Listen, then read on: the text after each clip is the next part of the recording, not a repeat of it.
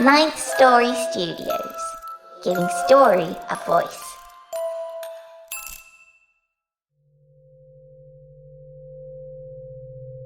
Hi there, this is Graham Rowett.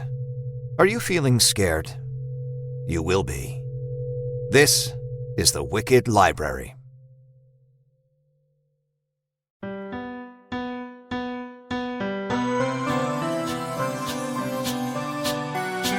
Welcome to Roll of the Dice, an actual play podcast where we play mini campaigns and one-shots with a rotating cast of players and game masters. Join us for a wide variety of games that follow many different characters on their adventures. Enjoy bite-sized stories that allow you to jump in at any time, with a range of different genres and styles. One episode you might hear an adventurer fighting a fearsome dragon, the next a dashing werewolf dressed like a Victorian dandy. This is outside of my himbo category. Bro, you're going in the wrong direction, come back.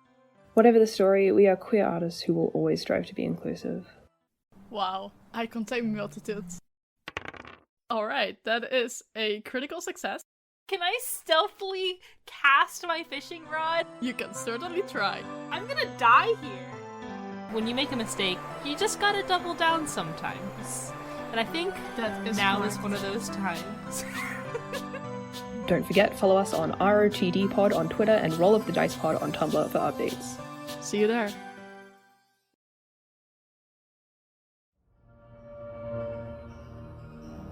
Warning. The Wicked Library is a horror fiction podcast created for a mature audience. Our stories contain graphic descriptions of pain, murder, violence, blood, betrayal, and inhumanity. Monsters win, people die, and hope is often shattered. There is also beauty, heart, catharsis, and raw emotion. Fear may be deeply personal, but we all share it. If at any time a story takes you to a place too dark, turn on the lights, press pause, or press stop. And always remember that, unlike in the real world, these nightmares and your participation in them are under your control.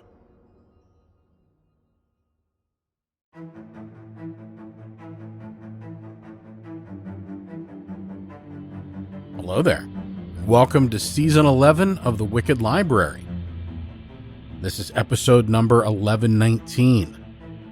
I'm Daniel Foytik, and I thank you for listening.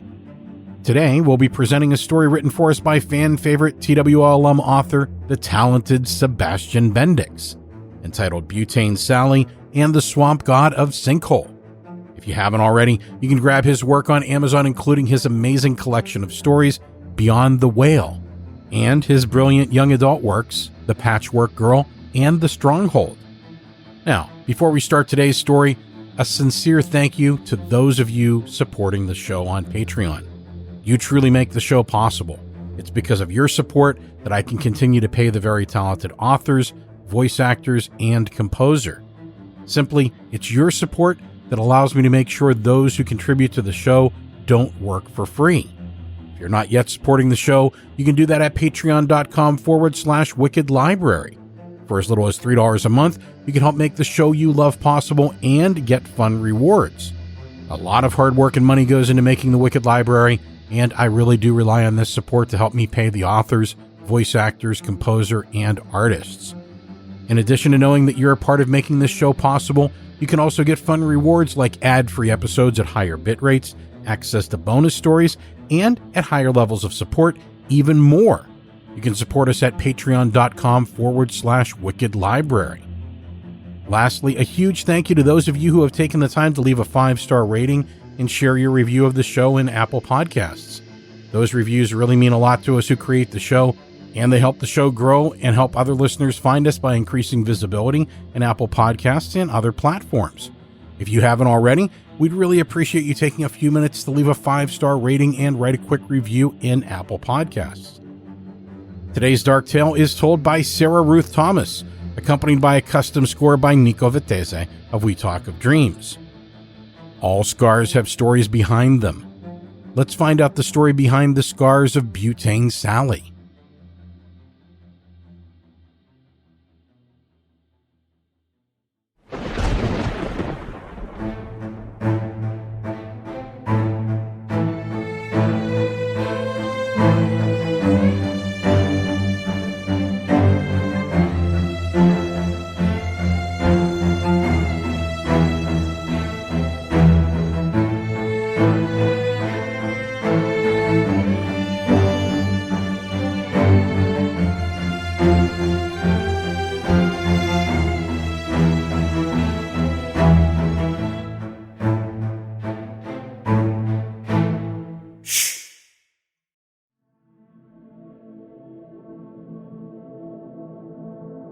The children gathered where they always did at story hour, in the crumbling shadow of the clock tower that had not told time for more than a decade.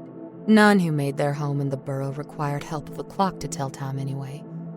The hazy cast of the sun told them all they needed to know, kept the young from wandering, kept the elders watchful of the borders, and alert to the threats that lurked in the darkened streets beyond. Those who chose to ignore the rhythms of nature did not survive long in this city, and the young were expected to take this lesson to heart at a very early age. That was why the tradition of the telltale was so valued here in the burrow, and why all those who took on the mantle, however briefly, did so with solemn purpose. The dusk was beginning to wane when the telltale took her seat on the story stump, adjusting her robe and resting her feet upon the dead roots that grasped like gnarled fingers through the asphalt.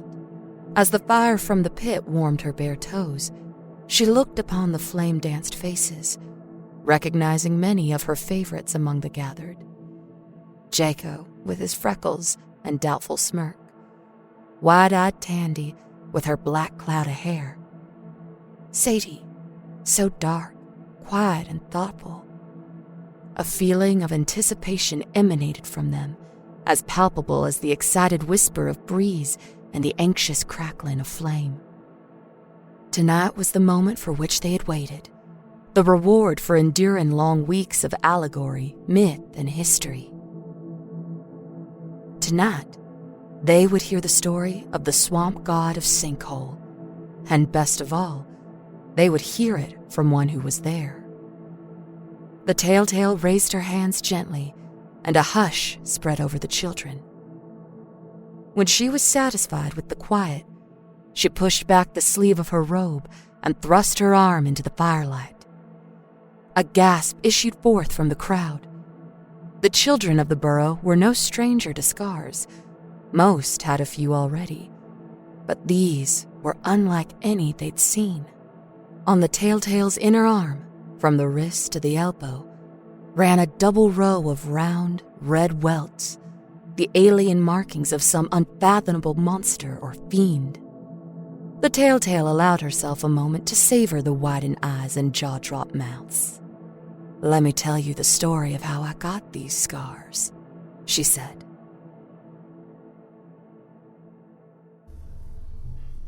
It was on a night like this, 12 summers ago, that my tale begins. I was 15 years old then, a girl of some experience but still sheltered, old enough to know my first pains of womanhood, but not old enough to have claimed my first kill. My father, a tribal leader and fierce warrior, wanted a son to carry on in his place, and took my birth as a disappointment. My mother died before she could give him that son, and though I grew into a promising hunter, I knew that I could never truly be what he wanted. He's gone now, claimed by the jungle. On some nights, like this one, I miss him. You know well of the hole in the sky, and how it brought green ruin upon the land.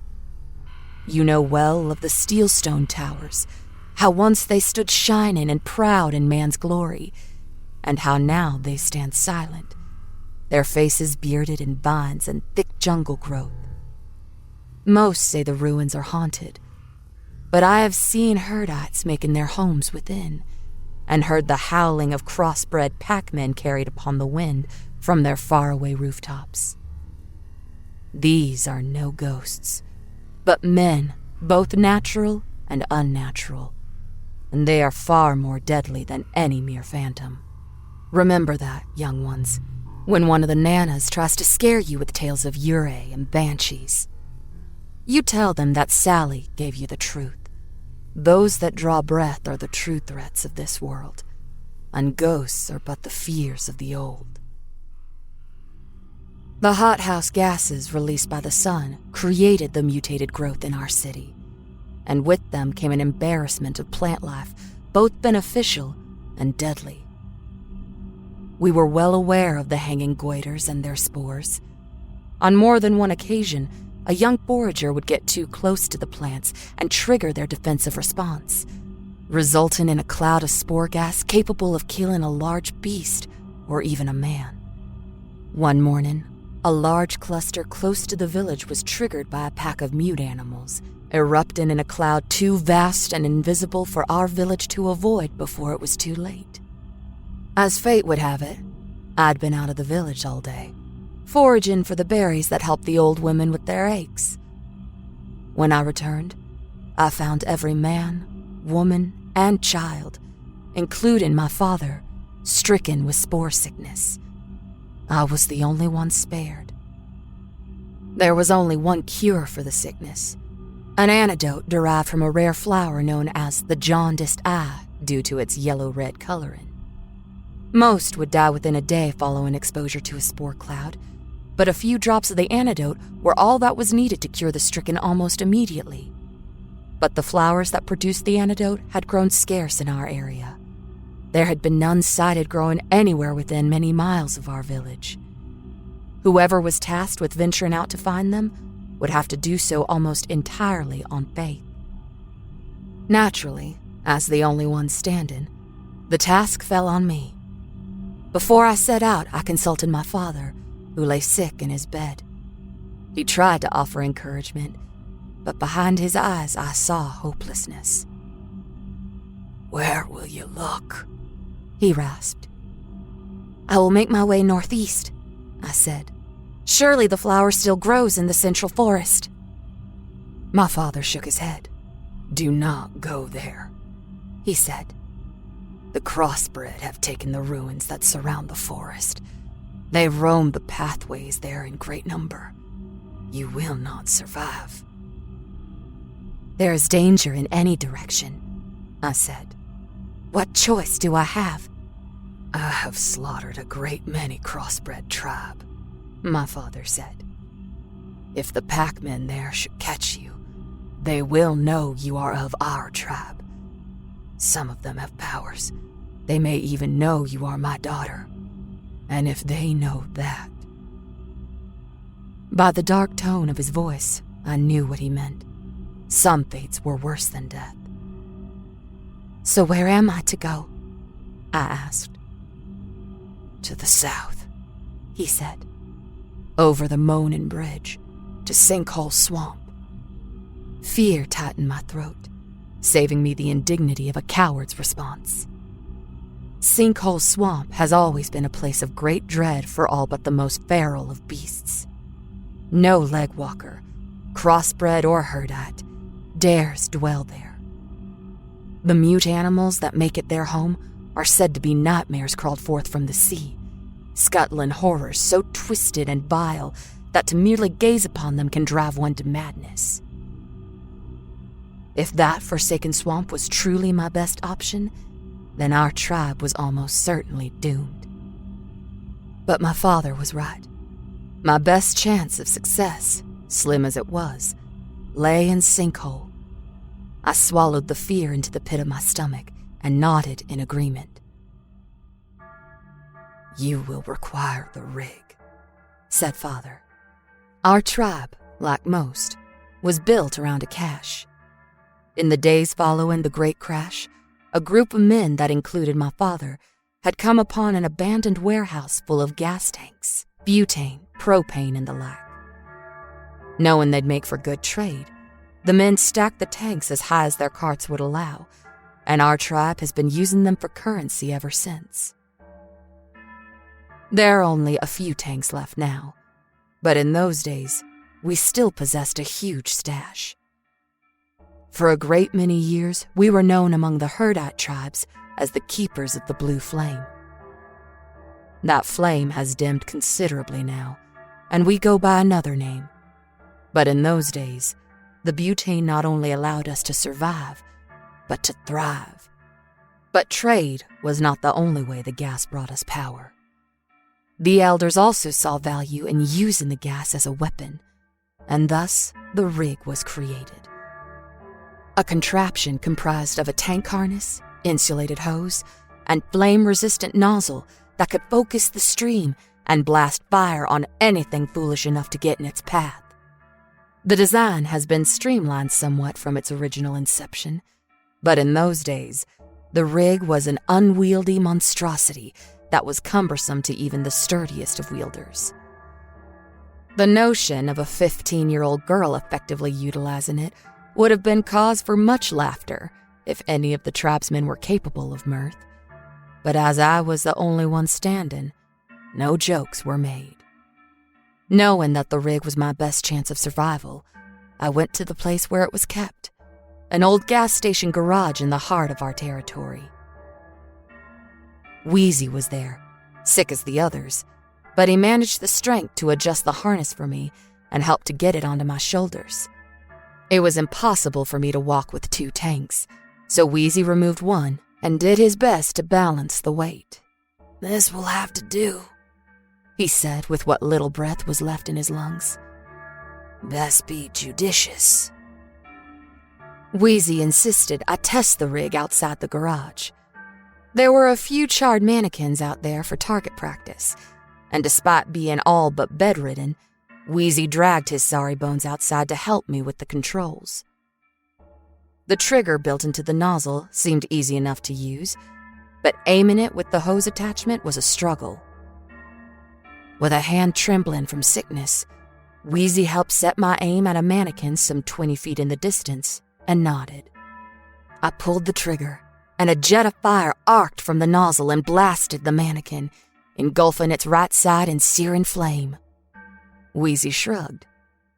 "Good enough," he croaked. We both knew that it wasn't good enough, but old Wheezy had given me all the training his spore-racked body could manage, so I set out into the jungle, rig weighing me down like a tortoiseshell. My preparations had taken the better part of the morning, so by the time I found myself on the wide path of Broadway, it was well past noon. The city of Helix has always been my home, but for some reason, on that day, dwarfed by the overgrown canyons of concrete and steel, I felt alien, like an unwelcome bug on the arm of a giant. The sun was at its zenith, orange and hot, the jungle growth singing with the clickety-click of the needlebirds, a constant pleading for mealtime prey. Beyond the veil of endless green were innumerable carnivores waiting to feast, and though my body was shielded by hides and wrappings, the flesh beneath left a sweaty bouquet for their nostrils. All the more reason to make haste. As long as the shadows were small, I had the advantage, but with the lowering of the sun, so lowered my chances of survival. The southern regions of Helix were wilder than the north, and wilder still to the southeast, which was where I was headed. The thinning out of herd-out tribes was one factor. The crossbred had always dominated the southern lands, from the Bay of Sorrows to the Devastation. This was true even in the days before the Great Crash. The second factor was the ocean. A great many years of man's abuse had left it high and full of terrors, with tides and currents so unpredictable that few dared to fish its waters or venture its waves to seek what lay beyond the red horizon. To approach the bay was to taunt the unknown, and there was no foretelling what braying leviathan might emerge from it, no fathoming what barnacled confusion might conjure from dark and soiled depths, and I was heading straight for it. I kept to the path traveled by fellow herdites, not because I felt a kinship, but because if help were needed, it would only come from sympathetic tribesmen. Turning east at the path of commons, I pushed through a thick underbrush, needing the help of the blade I kept strapped to my side, an old boat propeller that had been fixed with a handle and sharpened to a razor-keen edge. Nettles clawed at my arms and tore at my legs. Were it not for the protection of the hides, my limbs would have been soon stripped bloody and raw. After long minutes of struggle, I emerged in a clearing and, needing a moment to catch my breath, I stopped and took stock of my surroundings. From a cluster of moss poked a rusted old street sign that read, Severnin. I was aware of this area due to trade relations with the tribespeople here, and though relieved that I was not in enemy territory, I was cautious moving forward regardless. Things changed quickly in Helix. New leaders rose, peaceful relations turned hostile, loyalties shifted. What was true one week was no longer true the next, so it was best not to blunder into a neighboring settlement assuming to be welcomed.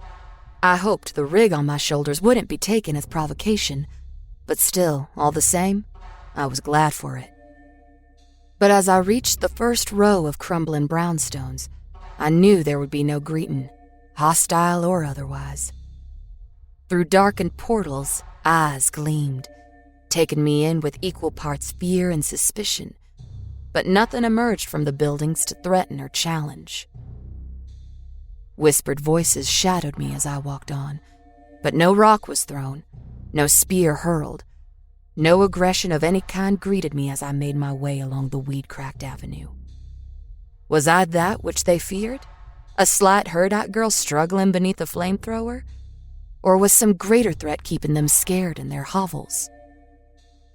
A part of me was grateful to pass by undisturbed, but another part, the intuitive, instinctual part, took this as a very bad omen.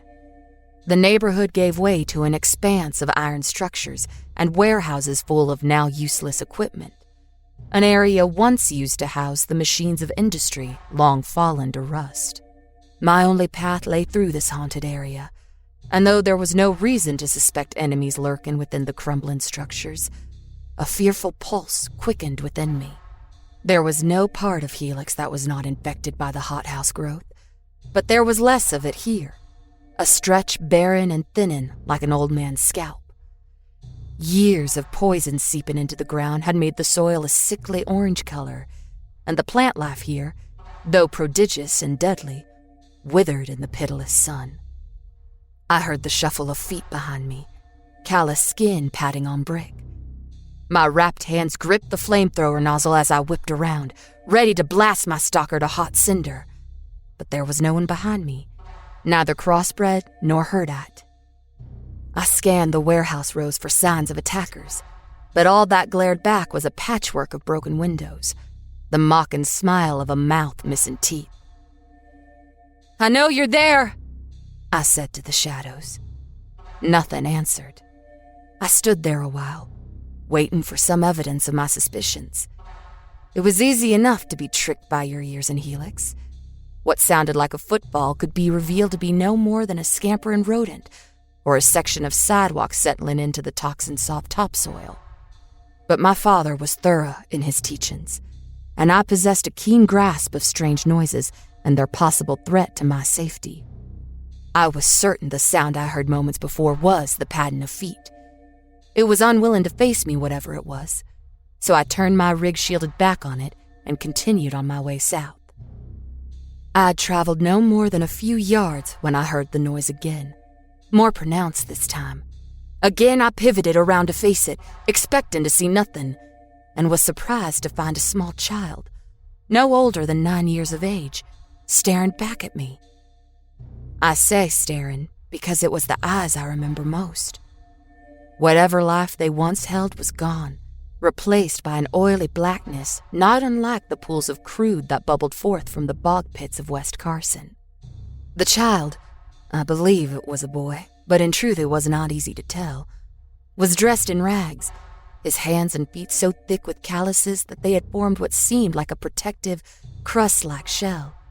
What could be seen of his body was ashen and webbed with charcoal highlights, some terrible mutation of extreme spore sickness.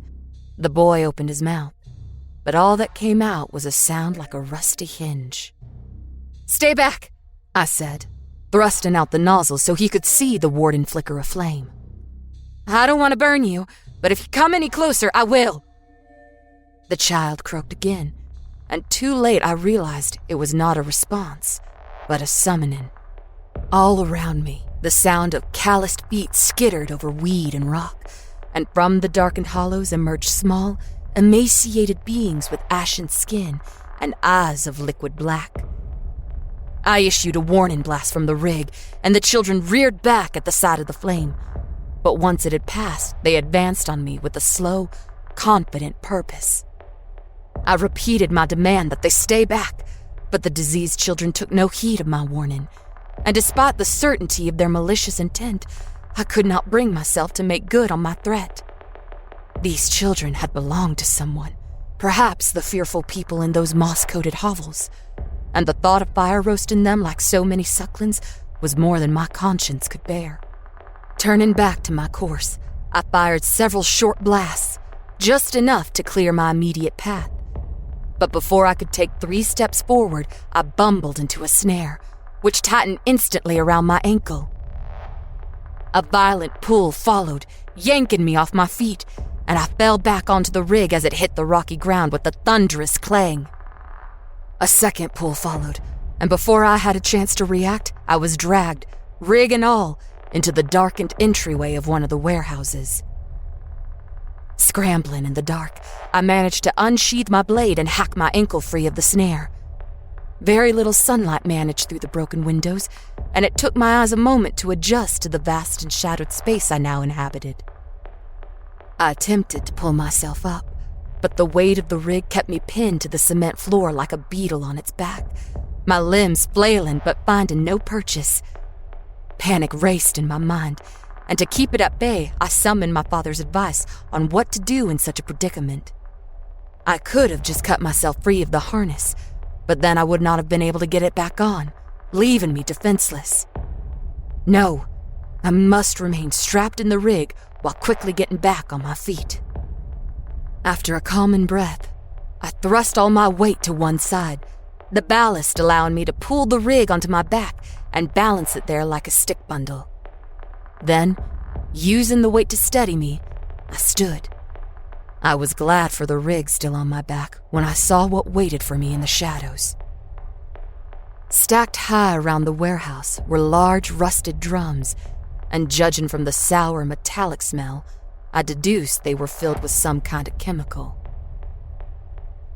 But their drums and their content were the least of my worries. Shuffling out from all corners of the room were gaunt, skeletal creatures, gray-skinned taut over agonized bones, toothless mouths gaping forth spore-blackened tongues. Their movements were slow, and there was no coordination among them, but their intent of purpose could not be mistaken: to slaughter me and devour the flesh from my bones. Any misgivings I had about killing innocents would have to be set aside if I intended to leave this place alive. Not that there was any innocence to be found in those murderous faces. And then there was the matter of fuel. Certainly there was enough to burn the warehouse and its hideous occupants to the ground, but it would likely drain the rig dry, rendering what remained of my quest all but futile. The solution presented itself as a symbol pasted on a nearby drum, a circle with a burning flame at its center, set over text that read, "Flammable."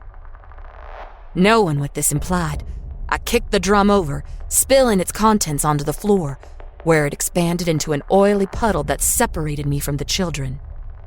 As I watched the liquid pool at their feet, I took a cautious step back and prayed that the drum's warning still held.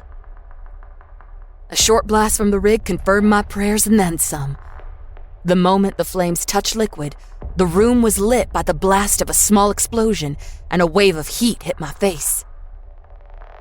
A hand pawed at me from behind, and I wheeled around to find a pair of creatures advancing on me. So I pulsed my finger on the trigger and blasted them with a brief but effective burst. The blazing creatures emitted a gasp and shriek as they burned, sending a shudder of revulsion through my bones. The creatures caught in the burning spill were shrieking now, and I felt like if I stayed too long, the sound might drive me insane. The vast area was lit now in a ghastly orange glow, and fumes from the ignited chemicals filled the air with gaseous misery, burning my eyes.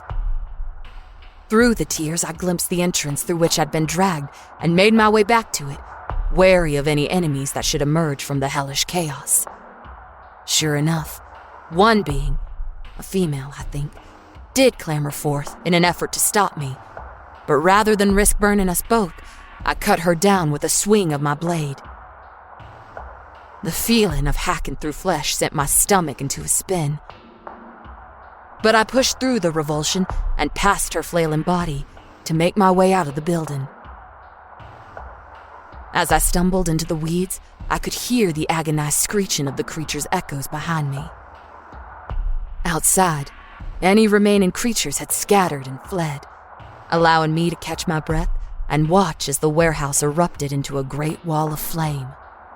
There was something comforting about the crackling blaze, and were it not for my mission and the hideous cacophony of dying creatures, I might have been tempted to stay for a while and watch it burn. I took a moment to crane my neck to my shoulder and check the rusty gauge that sat there, reading that my tank was now 1/3 empty. A grim portent, as the worst part of my journey undoubtedly still lay ahead. The sun was sinking low in the western sky when at last I set my eyes upon the moaning bridge.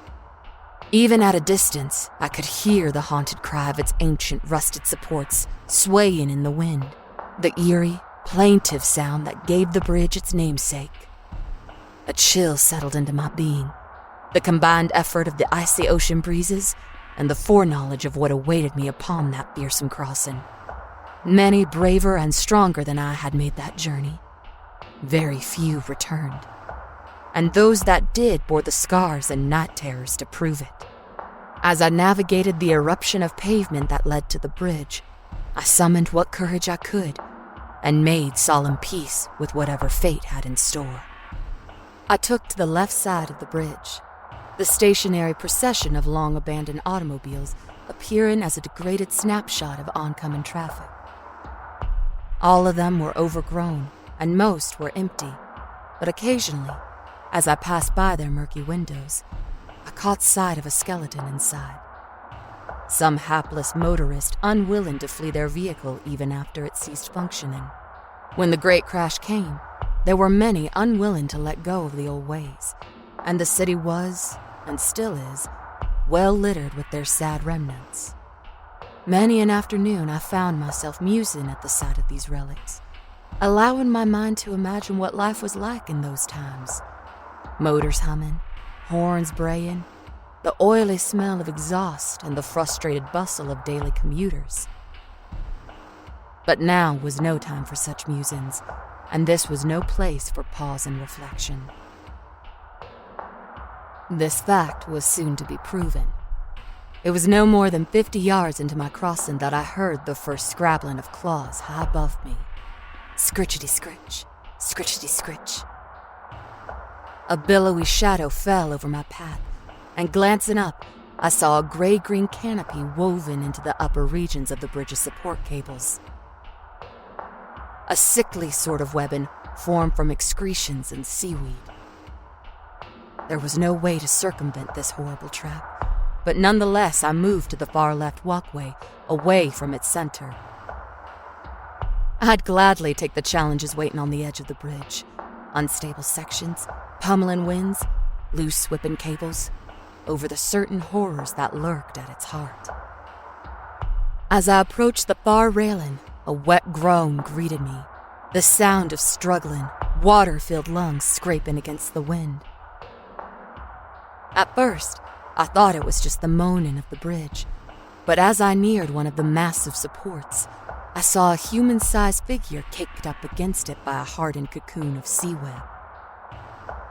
The smart thing would have been to keep moving, but the cries of the sneered creature were impossible to ignore, and I have always been known, much to my father's dismay, as someone with a soft heart for the defenseless.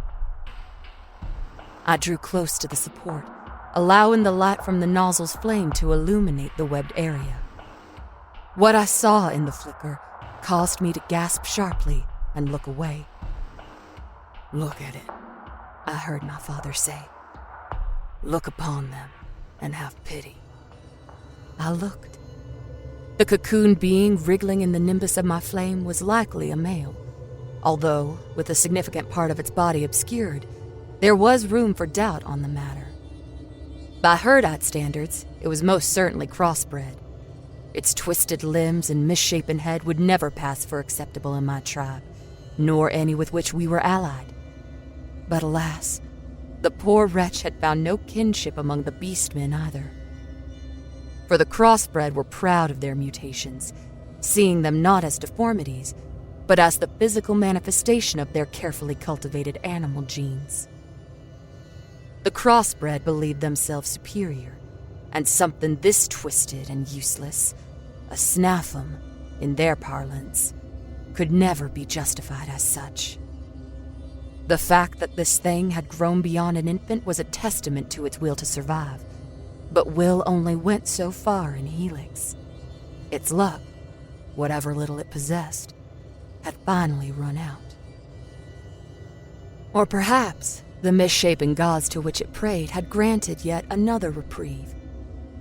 Despite being taught to revile all impure species, my instinct to help won out, and I began hacking away at the cocoon with my blade in order to free the poor thing. It was not as easy as I hoped. The webbing had hardened to a thick, shell-like substance, and I could not strike at it too hard for fear of injuring the snaffum in the process. Worse still, the snaffum squawked and gabbled as I hacked, threatening to draw the attention of its captors. I tried to quiet the simple fool, but it could not understand me, and sure enough, the sound of scrabbling claws descended upon us in every direction. I circled around quickly, issuing a blast of flame to discourage the approach of scuttling legs. Though the sun had not yet fully set, the creatures closing in were obscured by the long shadows cast by the bridge towers, as well as the cover provided by the detritus in every direction. The truth was that I knew what stalked me. The few fortunate souls that had attempted the bridge and survived brought back stories of arrextations, a hell-spawned fusion of spider and horseshoe crab that made its nest in the towers and support cables, 8-limbed monstrosities that feasted on flesh and laid their eggs in dead bodies to bring their young to full incubation. Would that I could spare you the knowledge of their existence, for surely they will populate your nightmares. Let my encounter serve as a warning to stay far clear of the Moanin' Bridge, especially in the warm months of spring, for that is their spawning season. The very same season, to my misfortune, that brought upon the spores. The flame burst bought me no more than a handful of seconds. The scrabbling grew louder, and in the span of 3 jackhammering heartbeats, I saw the oily glint of their hard-shell carapaces tightening in around me like a living noose. The twisted soul at my back loosed a scream, and I turned just in time to see a trio of arrextations descend on him from above. Their spiky legs stabbing into his flesh and tearing loose wet chunks. The snaffum howled in agony as the creatures shredded him, stuffing pieces of him into their twitching, mandible mouths, while depositing slimy egg sacs down his torn-open throat. I couldn't bear the sight of any living thing enduring such hell. I opened the nozzle wide and bathed the victim and his tormentors in fire. The arrextations screeched and hissed, claws flailing in flame, but the deformed man was mercilessly silent. For a flash, I would have sworn he was grateful. The snaffum's torment may have been ended, but mine had only begun. In addition to the cluster of arrextations tightening around me, more were descending from above, borne on ropey slime webs that issued from their backsides. Unconcerned now at wasting fuel, I torched a path through them, charging forward as their flaming appendages dug and clawed at me through the screeching. The sharpened points of their legs tore at my leggings and gouged thick rivulets into my skin, but I wouldn't allow the pain to keep me from moving forward. The smell of meat sizzling in their shells was unsettlingly sweet, an aroma that somehow evoked both nausea and hunger. And it occurred to me that, had our roles been reversed, I might have been tempted to trap some and make them a meal. But then the thought of their primary food source caused me to gag, and I blasted a hole in their ranks that allowed me to escape into a corridor of rusted cars. A swarm of them followed as I ran. It seemed that the more arrextations I scorched, the more they kept coming. I used the cars for cover, weaving in between them, diving under axles of trucks where the rig would allow. I kept in this manner for the better part of a mile, until the ground beneath me began to slope gradually downward, offering me hope. My adrenaline surged with the first wafts of sinkhole, propelling my overburdened legs forward with all they could manage. In my haste, I charged through a narrow passage of cars, failing to notice the thin membrane of web blocking the far end of the passageway. I barreled right into it and was instantly stuck, unable to move my legs as well as the arm nearest the sheath of my blade. Thrashing against the web did no good. In fact, the more I struggled, the more it tightened, holding me frozen in place. The scritchety-scritch of my pursuers grew louder, leaving no question to the severity of my situation. It was one thing to die, another to die at the rending, merciless claws of the Araxtations. Any action, no matter how futile, was worth attempting, even if it meant losing the rig. After some wriggling, I realized that though my clothing was inexorably stuck, my body still had some leeway. After some effort, I managed to pull my trapped arm free of its wrappings and was able to slip the blade free of its sheath. Unfortunately, my fingers fumbled and I lost my grip on the handle, dropping it to the pavement with a defeated clang. It lay far from my reach. The scrabbling was almost upon me, bringing my desperation to a boil. I tore at my webbed legs, freeing them enough to move, but the rig still locked me in place. I would have to unharness myself from it if I hoped to survive. Feverishly, I undid the straps as the first of the crawling abominations arrived, pulling myself free of the rig as droplets of slime rained down from their clicking mandibles. Losing my balance, I tumbled to the ground, swinging a wild arc with the blade and hacking one of the creatures clean in half as I fell. Hitting the ground, I pulled myself into a crouch and whirled around, blade ready to inflict more damage. To my horror, the crawlers had completely descended upon the rig, their glistening carapaces coating it like some living suit of armor. Self-preservation dictated that I should leave the rig to the fiends, but I knew that without it, my people were lost. And what hope did a person stand in this world without her people? Freshly determined, I rose and hacked at the Araxtation cluster coating my rig. Some of the blows landed cleanly and carved through the appendages. Some hit Stony Shell and sent a shockwave of pain back up my arm. But I did not waver in my mission, and as I rained blow after blow down on the creatures, I heard myself grunt and cry out in battle rage. After moments that felt like hours, I had cleared enough of the monstrosities to grasp the nozzle of the rig, and in a flash of wild inspiration, I turned it back on the web snare and pressed down on the trigger, firing the rig loose of its own sticky confines. I grabbed hold of the main tank, the heat of it burning my hand, and yanked it free. By now, the crawlers had arrived in numbers so great they appeared as a singular mass, a twitching, gnashing wave of legs, claws, and mandibles that advanced and withdrew back into itself like a nightmare tide. If I had several full tanks, I could not fry all of it. What was left of one would hardly make a dent. Recalling my solution in the warehouse predicament, I remembered what my father had once told me about automobiles. To operate, they required tanks full of fuel similar to that which I carried on my back. Fuel that was flammable, that could explode if ignited.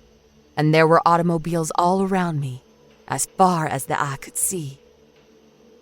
Before me was a truck of some sort, loaded down with racks and various add-ons, a gas guzzler, as the ancients might call it. As the crawling wave crested over its hood, I aimed the nozzle where I guessed the truck's enormous gas tank would be and blasted it with an intense burst of fire. At first, I did not hear the explosion, but rather felt it, a cushion of heat smacking me with scalding intensity. I was blown back through the air, buffeted on the explosive wave like a fish flopping against a boiling current. I must have hung in the air for at least 15 seconds before the blast vaulted me over the railing and deposited me in the shallow marshes beyond the bridge. Had I not made the crossing as far as I had, I would have fallen from a height that was lethal. I was grateful for the cooling salve of swamp water. My proximity to the explosion was close enough to be scorched by it, and I could already feel blisters forming on my now uncovered arms. But I was clear of the Araxtations, and that was well worth the price of burned flesh. Immolation was far preferable to death at the claws of those creatures. I stood up in the muck and looked around, trying to gauge my position in relation to the ever-fading sun. Sinkhole Swamp was not a place for stragglers, even in the brightest light of day, so the fact that I was heading into it at this late of an hour was a source of unfathomable dread. But my people were dying, and I could not afford to waste another moment. So I put my dread aside, checked the shadows cast by the bridge to determine my course, and started out for the heart of the swamp. Rumors placed the highest concentration of the flower in the southeastern sector of the swamp, so I did my best to head in what I believed to be that direction, seeking dry ground wherever I could find it. It wasn't easy. Many times, the logs I chose as crossing would prove too rotten to be stable, and the rocks, where they rose above water, were slippery and treacherous. At several points, I had to stop and pluck lymph leeches from my legs, for the rig had not dried enough to provide a flame capable of burning the parasites off.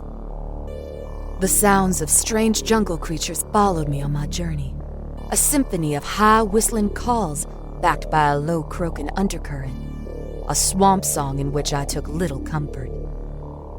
It was best to not allow the mind to wander upon the mutant terrors making those sounds, so I kept my head forward and my thoughts on my task. I kept on this way, the rig weighing me down and bruising my shoulders, for what must have been the better part of the night, when the moon was high in the sky. It was full and bright, and I was grateful for the light it provided, for the rig had only just dried enough to allow me a small nimbus of flame from the nozzle. And yet, I was filled with a feeling of hopelessness, for in all this time I had yet to come across a single jaundiced eye. Desperation seized me, and I stood upon the high rock I had settled upon and fired brief blasts in every direction, hoping that the light would fall upon a patch of the flowers. But all that it revealed were endless swaths of brown and green. Despair was nearly upon me when a flash of yellow caught my attention. I moved quickly in the direction of the flash, climbing awkwardly down from the rock over a mossy patch of ground, across the length of a log, until I came to the bank of a large pond. From the thin strip of dirt on which I stood, it was no more than 20 yards to the far bank, but the pond's shape was oblong in either direction, like the eye of a giant that had been partially closed. There, on the far bank, fluttering in the gentle swamp wind, was a patch of yellow-red petals, their markings unmistakable, more than enough to save all in my tribe. Quickly I surmised the fastest way around the pond, which from my position was the eastern route. However, it was also the most challenging, with several areas of blockage, gnarled roots that would prove difficult to navigate, jutting rocks that threatened to cause injury and delay. By comparison, the western route was longer, but less perilous, so I was forced to weigh the importance of time versus safety. In the end, I chose safety, and started off to the west as fast as my feet would allow. The faintest hint of dawn had begun to crest by the time I approached the patch. As I came upon it, my heart began to race. I could clearly discern the reddish bloom at the heart of the flowers, confirming that this was indeed the treasure I so desperately sought. The grim fact that I would need to survive the journey home did not quell my sense of triumph. I believed with all of my heart that if I could just hold one jaundiced eye in my hand, my safe return would be a matter of providence. If my luck and footing held a few moments longer, my father's faith in me would be rewarded. I was reaching for the closest flower when something caught me by the ankle and pulled me into the pond with incredible force. In the swirling muck, I could only discern the vaguest impression of my attacker. Glinting at me in the murk were a confusion of eyes, many of them on stalks, and beneath them I caught a hint of pincer-like mandibles gnashing through the silt-laden water. The pressure tightened on my ankle, and I recognized that the creature had me in a claw larger and more powerful than those of the Iraq Station nightmares I had battled mere hours before. The clawed arm drew me closer to the monster's maw, and, Acting on pure adrenaline, I freed the blade from its sheath and hacked at anything the best that I could through the added weight of water. After cleaving a few eyes from their stalks, I felt the claw around my ankle loosen, allowing me to pull free of its grip and swim for the surface. Gasping for air, I pulled myself onto the bank, the burden of the now-soaked rig weighing upon me like a boulder. Fate had deposited me near the precious cluster of flowers, and I crawled my way towards it, hoping that I had managed to kill the pond's foul aquatic guardian. But then the water erupted behind me, and the monster emerged, still very much alive and more determined than ever to kill me. With a heaving effort, I flipped my body around, putting my back against the flower bed, and aimed my soaked nozzle at the mutated horror looming over me. Silhouetted against the fading moon was a creature unlike any I had seen. This monstrosity was lobster-shaped, with a long underbelly lined with endless rows of scrabbling legs, at least 10 times the size of the largest araxtation. Twin feelers rose out of the cluster of eyes haphazardly arranged on its head, both of them twitching of their own accord, and from its backside grew an undulating skirt of tentacles like those of a giant squid. On the right side of its bulk flexed a segmented arm ending in a large oblong claw, no doubt the very same that pulled me into the pond, matched on the left by a more far-reaching probe that slashed at the air with the smaller, scissor-like appendage. Most of the creature was well armored by a thick, spiked carapace, and though there were small sections where its gray meat was exposed, landing a killing blow against it seemed nearly impossible. I had not the skill, nor the finesse, to further damage it with my blade. Expecting nothing to come from the soaked rig, I nevertheless triggered the nozzle. To my surprise, a burst of flame issued forth and, knowing I wouldn't get another chance, I emptied the full force of the rig onto the creature. The Leviathan let loose an unholy screech as I bathed it in fire, a blazing mass of thrashing claws, legs, and feelers, and I heard the air trapped under its shell escaping with a sickening hiss. As I unleashed wave after wave of scorching flame upon it, I felt myself laughing, the sound of its agonizing death throes filling my soul with a rush of hysterical triumph. After all I had been through, all that I had endured, it was a dark jubilation I could not contain. My joy passed as I realized that the flaming monstrosity was about to drop right on top of me. Reacting instinctively, I rolled to the side, the force of my effort tearing me free of the rig's harness. The creature fell like a burning tree, smashing onto the ground where I lay only a moment before, its impact causing the last fumes in the rig to explode and blow its hideous bulk into a cloud of fiery particulate. I dived into a roll on the wet moss, dousing the flames caught by my clothing. My lungs burned with the intake of ash and embers, and I crawled as far as I could from the noxious cloud expanded out from the immolated carcass. When I at last reached clean air, I lay there long moments, coughing as the smoke cleared to reveal what, if anything, remained in the wreckage. My heart sank. The rig was destroyed. That much was clear. Its parts were now no more than shrapnel, blended into the scattered bits of shell and meat that had once been the lobster Leviathan. But while the loss of the rig was a crushing blow on its own, worse still was the flower bed. All that remained was a scorched sludge and a few scant petals, their once yellow tips blackened by singe. The cure was derived from the heart of the flower, all of which had been flattened and scorched beneath the monster's smoldering bulk. My quest had ended in ruin, and without the rig, I fared little chance of returning home. In light of my failure, this was likely for the best. I trudged over to the wreckage, weighed down despite the absence of the rig from my back. Reaching it, I bent over and picked up one of the singed petals, held it in my hand, feeling its soft fragility between my blistered fingers. I am not ashamed to admit that in that moment, I cried. My time of mourning was to be short-lived. Beneath my feet, the ground trembled, and at first, I thought it was just one of the many earthquakes Helix endures.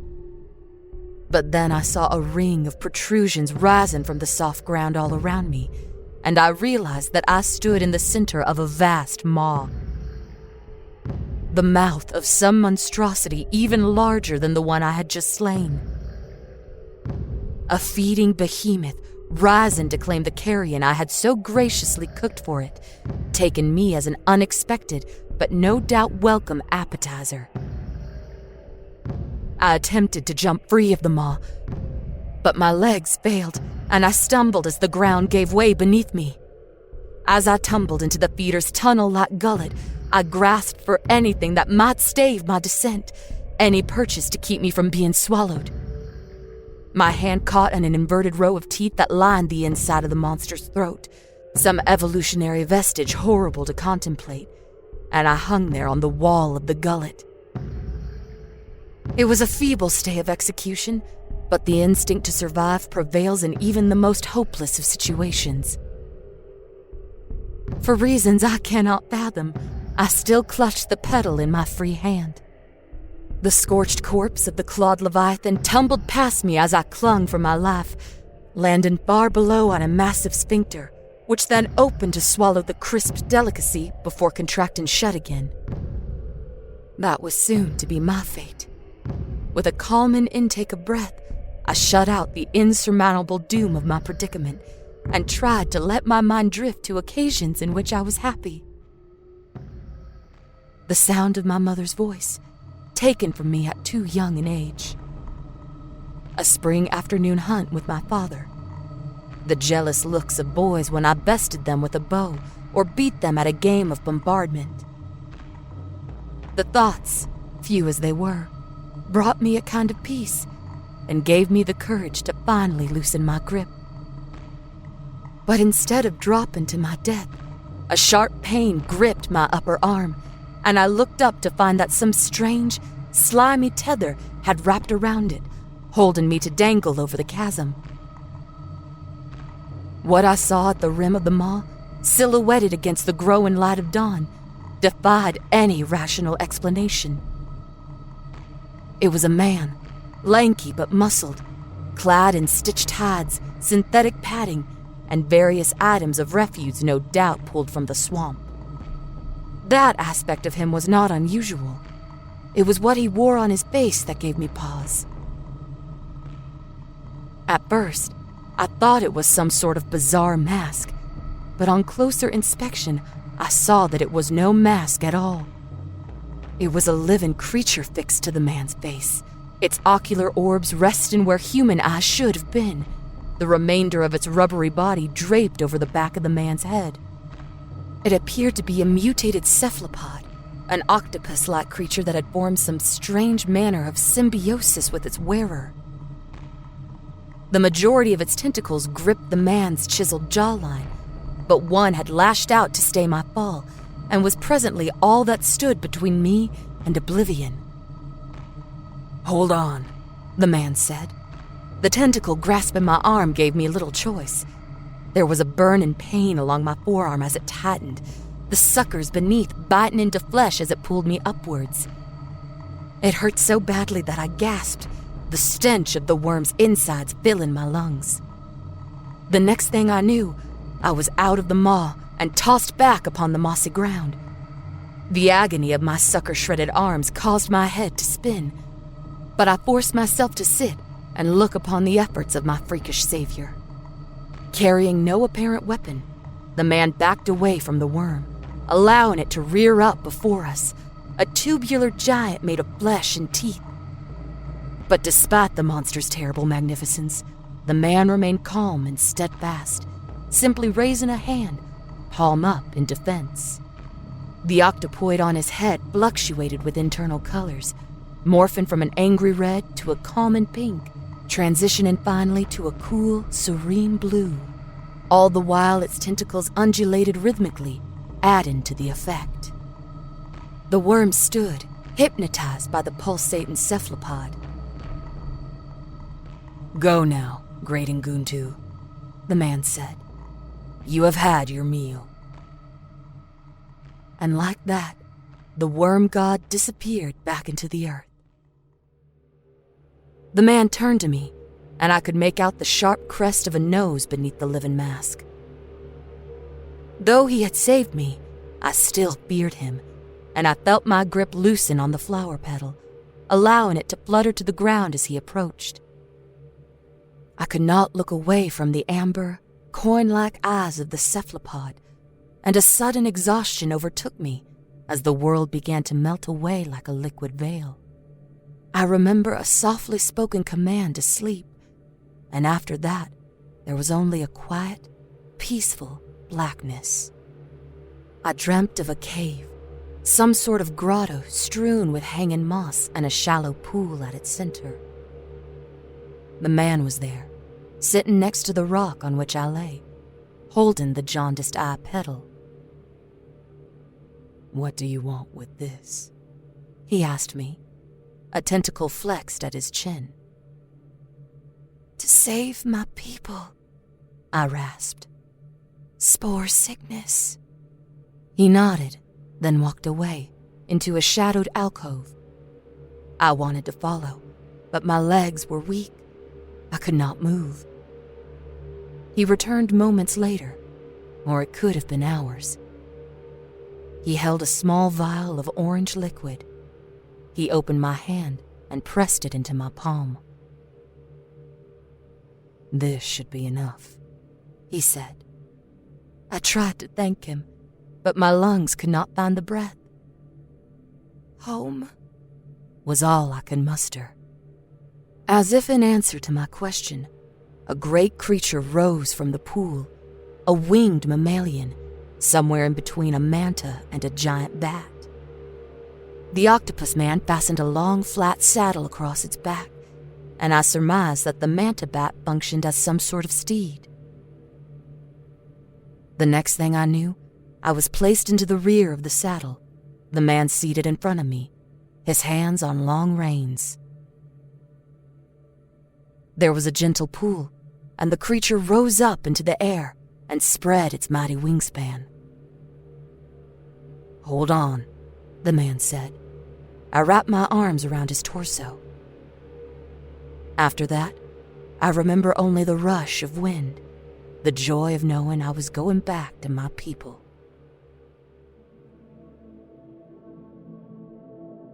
"And that," the telltale said, drawing her sleeve back down over her arm, "was how I got my scars." There was a moment of quiet reverence from the children. Then Jaco, always the first to question, spoke up.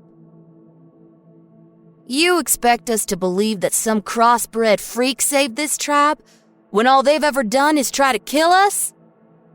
"I brought the cure back from Sinkhole," the telltale said. "But I had help. Sometimes, those we perceive to be enemies may be allies, if we aren't too proud to accept the hand they offer." Or the tentacle, Sadie said. The other children laughed, and the telltale smiled. The story finished, the children dispersed, and the telltale sat a moment, alone in her thoughts. Her mind turned to the man in the swamp and the recent rumors among the tribes of a strange being who appeared to those in need, whether they be crossbred or herd at. A hero with an octopus for a face. Just stories, the elders would say. A fanciful folk tale. There could be no such man.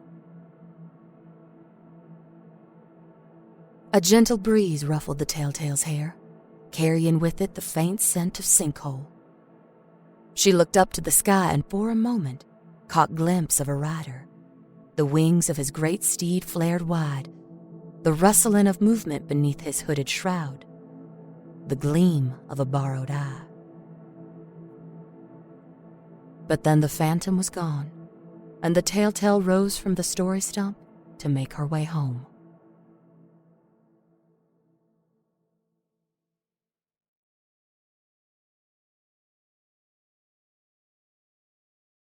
Thank